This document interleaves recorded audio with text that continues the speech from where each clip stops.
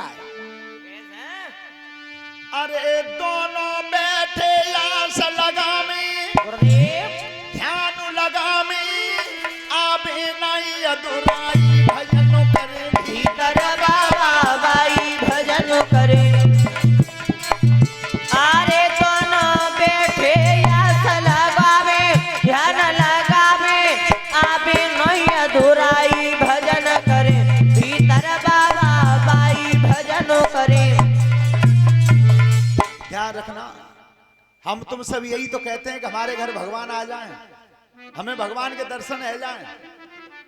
कौन जी कही है कि हमें भगवान के दर्शन ना हमारे घर है नाम है, लेकिन विदुर जी कह रहे हैं कि हे भगवान आज हमारे घर है भगवान नहीं आए, किसी ने नहीं कहा, बस यही कह रहे थे तब तक।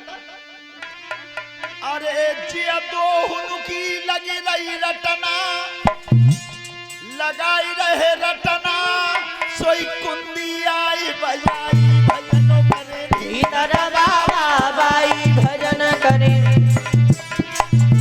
अरे जिया दोन की लगी रही रटना, लगाई रहे रटना, कुंदी आए बजाई भजन करे, भीतर बाबा बाई भजन करे। तब तक तो भगवान ने दरवाजा बजा दिया, खोलो। तो विदुर जी यही कह रहे हैं भगवान कन्हैया न होनी आज बात बिगड़ गई बिल्कुल। जैसे ही दरवाजा खोला सामने द्वारकाधीश खड़े थे,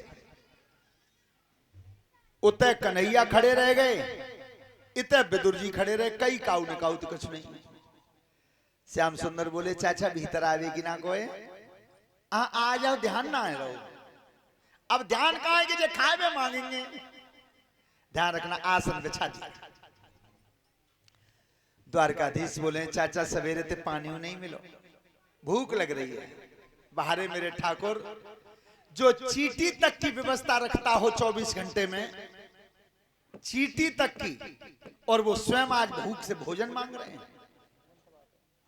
सोता बंद हो, विदुर के आंखों में आंसू आ गया। कन्हैया 3 दिन हो गए राशन पानी बंद हो गया बिल्कुल, तो फिर तुम क्या खा रहे हो? खिचड़ी बना के रख ली बाई में, इतने खा लेते हैं, पानी पी लेते हैं, बाई ये ले आओ। ध्यान रखना 3 दिन का बासी भोजन भगवान के सामने रख दिया, 3 दिन का बासी। और जिस समय कन्हैया ने भोग लगाया, विदुर जी ने पूछा कि कैसी लगी है? चाचा कछ मत पूछो, हमारे यहाँ 56 प्रकार के भोजन बनते हैं, इतनो स्वाद तो उन्हों में ना आओ, तितनो आज जामे आओ। बाहरे ठाकुर कितना मान रखा। विश्राम किया।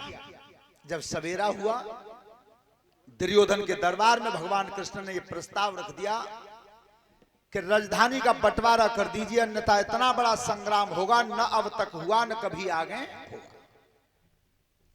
दुर्योधन ने कही कि बंटवारा करूं या ना करूं, जी बात है मेरे परिवार की, पर यह बताओ तुम भाग कैसे लेते हो बीच में? अपने जवानों को आदेश कर दिया कि पहले इन्हीं ने बंधवाओ, भगवान को बांधना चाह रहा है।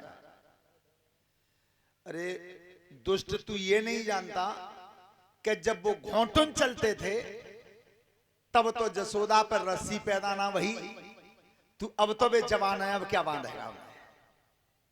ध्यान रखना, भगवान ने उसी समय विराट रूप धारण कर लिया, सबके नेत्र बंद हो गए, कोई उस रूप को देख नहीं पाया। गंगापुत्र भीष्म, द्रोणाचार्य, कृपाचार्य जैसे संत देख पाए, और तो चमकई से ना कर पाए। भगवान ने दुर्योधन से कह दिया, अंतिम दाव बता रहा हूं कि 5 ही गांव दे दो, ताकि 5 भैया समय काट लें। दुर्योधन ने कह दिया कि सुई की नोक के बराबर धरती नहीं दूंगा बंटवारे में। तो कृष्ण भगवान कह गए कि तो संग्राम होगा, जाओ, अब युद्ध नहीं टलेगा। जब चले तो सबको तो लौटा दिया, कर्ण से कहा कि तुम नेक मेरे रथ में बैठ जाओ। बाहरे कर्ण चतुराई कितनी की कि प्रभु अगर मुझे रथ में ले जाना चाहते हो तो मेरी हाथ जोड़ के विनती है कि जितनी दूर तुम वो ले चलो उतनी दूर तक रथ को मैं चलाऊंगा और तुम बैठोगे। हमेशा ध्यान रखना, गाड़ी चाहे कितने रुपया की खरीद लो, अगर उस गाड़ी में कोई विशेष व्यक्ति बैठता है तो कभी ड्राइवर से गाड़ी में चलवाना, अपने हाथ से चलाना। आज कर्ण ने रथ को हांका, भगवान कृष्ण बैठे, बहुत दूर लेकर के आए नगर से। तब कही बताओ प्रभु क्या कहना चाहते हो? कन्हैया ने कही कर्ण, आज मैं तुम्हें वो बात बता रहा हूं जो तुम्हें अब तक पता नहीं है। कौन सी बात? कि जे पांडव तुम्हारे सगे भाई हैं, तो अब युद्ध मैदान में होगा तो तुम अपने भाइयों की मदद करो। कर्ण ने हाथ जोड़ के कही कन्हैया जी बात तुमने मुझे अबे बताई है, जी तो मुझे बहुत पहले तुम्हारे बहुत पहले से पता है कि मैं पांडवों का भाई हूं। पर कन्हैया एक विनती है तुमसे, जो बात तुमने मुझे बता दी है इसे मेरे भैया युधिष्ठिर को मत बता देना। युधिष्ठिर से मत कह देना कि पांडव तुम्हारे भाई है। युधिष्ठिर से मत कह देना कि कर्ण तुम्हारा भाई है।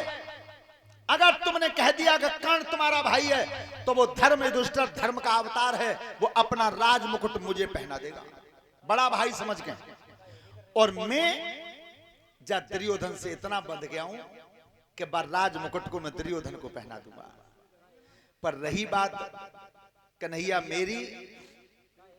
मेरी आत्म इच्छा तो यही है, ये उद्योग परम महाभारत में कहा है युधिष्ठिर ने, कि मेरी इच्छा तो यही है कि राजधानी के मालिक बने तो मेरे भैया युधिष्ठिर बने।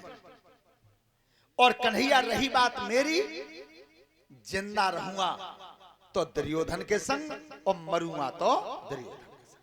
मित्रता की है मैंने, मित्रता में धोखा नहीं दूंगा। भगवान चले पांडवों से कह दिया कि युद्ध की तैयारी करो, अब बंटवारा नहीं होगा। ध्यान रखना, लड़ाई के लिए स्थान कौन सा चुना? स्थान चुना कुरुक्षेत्र।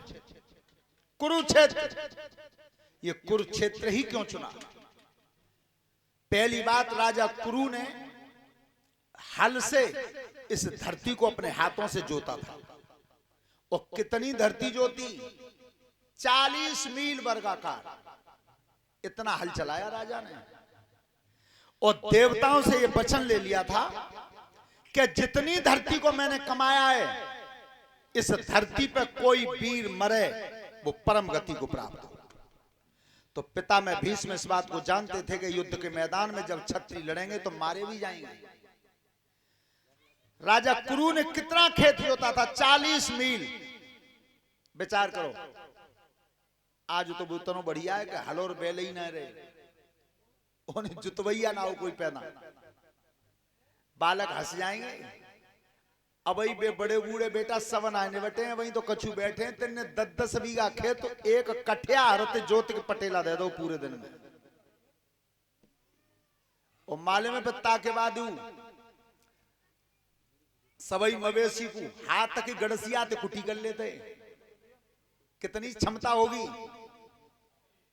पर क्षमता बेटा वो तब ही, तब पतो चली कि 3 किलो गाजरी खाई गए खेत में, 2.5 किलो मठा चलोगे, 1 किलो गुड़ चलोगे, 2.5 किलो मठाई पी गए।